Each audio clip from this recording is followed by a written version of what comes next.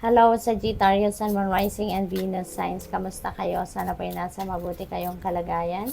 Welcome back po sa Star Tarot. Kung bago kayo rito, welcome din kayo. Thank you for your support. I truly appreciate it. God bless you all, Sag.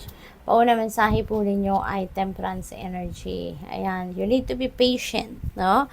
You need to be patient, Sagittarius, kasi baka meron kayong sitwasyon dito na yung parang nabuburyo na kayo, naiinis na kayo, naiinip na kayo sa kakaantay. But, this is a reminder for you na hindi lahat ng bagay na gustuhin natin, makukuha natin or ma-achieve natin, no? Sa panahon na gusto natin or sa timeline na gusto natin. Kaya, you need to practice patience sa ngayon. Okay? Kasi the more na i-insist natin kung anong gusto natin, mas may chance dyan na mas lalong lumayo yan. We have Ace of Swords. Ayan. So, this is victory energy and this is a new beginning energy. So, kung ano man ang pagtatagumpayan ninyo rito, no? This is something na very chaotic na pinagdadaanan ng iba sa inyo dito lately. Mapagtatagumpayan ninyo yan. You are going to receive help from the universe, no? Magkakaroon kayo ng enlightenment, ng clarity dito. Kaya, at saka maraming insights, no? Inspiration na maaaring marinig ninyo. Kaya yun ang makakatulong sa inyo para mapagtagumpayan ninyo ang sitwasyon na ito, no? Kaya you are going to claim your victory eventually.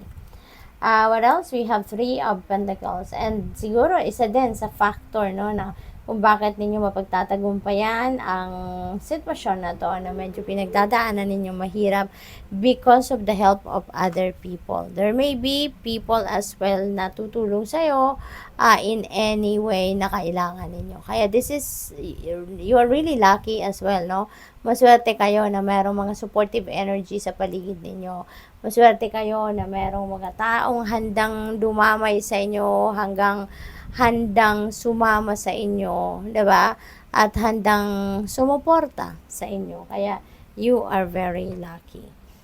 This is also the beginning of your success, no? Sa ibang bagay naman, kung kunyari sa trabaho, may task given to you or kung ano man, you know, meron din kayong makakatulong diyan at kayo ay magtatagumpay din, no, sa inyong gagawin. We have 2 of Pentacles. Ayan. So, multitasking si Sagittarius. Siguro lagi kayong busy, lagi kayong maraming ginagawa, marami kayong inaasikaso. Kaya you are, yung parang nagmimini, mo kayo, no? Dito parang nalilito kayo, tinitignan ninyo both hands ninyo na may hawak na pentacle at tinitignan ninyo kung alin dito yung unahin ko, alin dito yung mas importante, alin dito yung dapat na i-prioritize ko. So parang gano'n ang iniisip ninyo rito. Kasi nga, maybe, bombarded kayo with things na kailangan gawin. Marami kayong dapat asikasuhin, marami kayong dapat pagkaabalahan, yung gano'n, no? So, tignan natin kung ano pa ang ganap dito for Sag. We have Shaman. Ayan. You are the creator and magician. Use your gifts for good.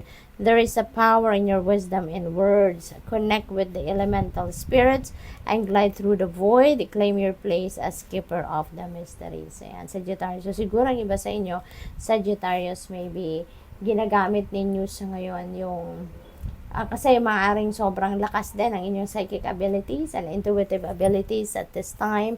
Kaya maaaring isa kayong psychic practitioner, spiritual practitioner, yung mga ganon. Isa kayong shaman, you know, manghuhula, yung mga ganon ba, no?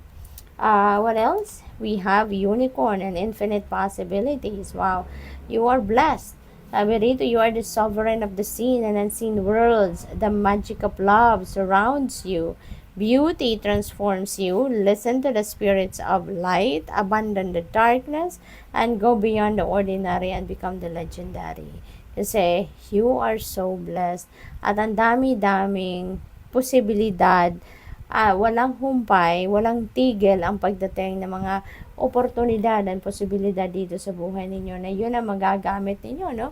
Para ma-carry out ninyo kung ano man ang mga dreams ninyo, ano man yung mga pangarap ninyo, mga goals ninyo. We have raccoon. Ayan. So, may inventor sabi. Decide on what you really want. Okay? You have the ingenuity to claim it, avoid being the trickster, and practice integrity. You have many roles and can juggle them well. Oh, napakagaling nyo palang mag-multitask, no? The Two of Pentacles. Multitasking, juggling many things at the same time. So, may galing talaga kayo. That is your talent talaga, no? You can juggle them well, sabi, kahit ano man ang gagawin ninyo, kahit ano man ang mga role ninyo sa buhay, kayang-kaya ninyong i-juggle, no, ang mga ito at the same time. So, iniimbitahan din kayo rito, no, na isipin ninyo mabuti, pagdesisyonan ninyong mabuti, what do you really want in life? Kasi, papaano nga naman din ninyo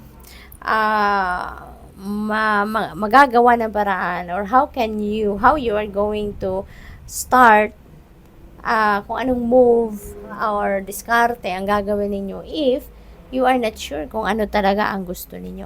Kaya dapat para malaman ninyo kung paano ninyo to aatakihin, you should know first. You should be sure kung ano nga ba ang gusto ko talaga. 'Di ba? What do you really want to see in your life? What do you really want to experience in your life? So, dapat isipin muna ninyo yon ng mabuti para malaman ninyo kung ano yung gagawin ninyo. Para makarating kayo doon sa kung ano ang gusto ninyo. Okay? So, good luck sa iyo. Thank you for watching. Love and light. Namaste.